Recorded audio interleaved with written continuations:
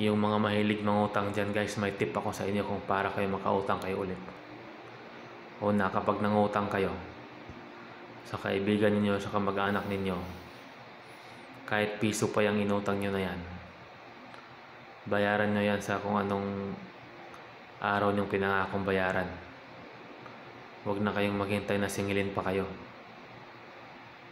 Kasi baka sabihin nyo, piso lang naman yan, hindi naman niya kailangan yan, baka hindi ko na siya babayaran. Yung mga nagpapautang na yan, kahit maliit na halaga yan, hindi yan nila nakakalimutan.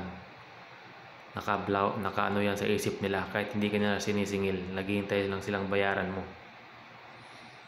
Pero pag sa oras na nangutang ka ulit ng malaki, tapos maalala nila yung utang nila sa'yo na kahit piso lang yan, hindi mo binayaran, hindi ka na makakautang sa kanila.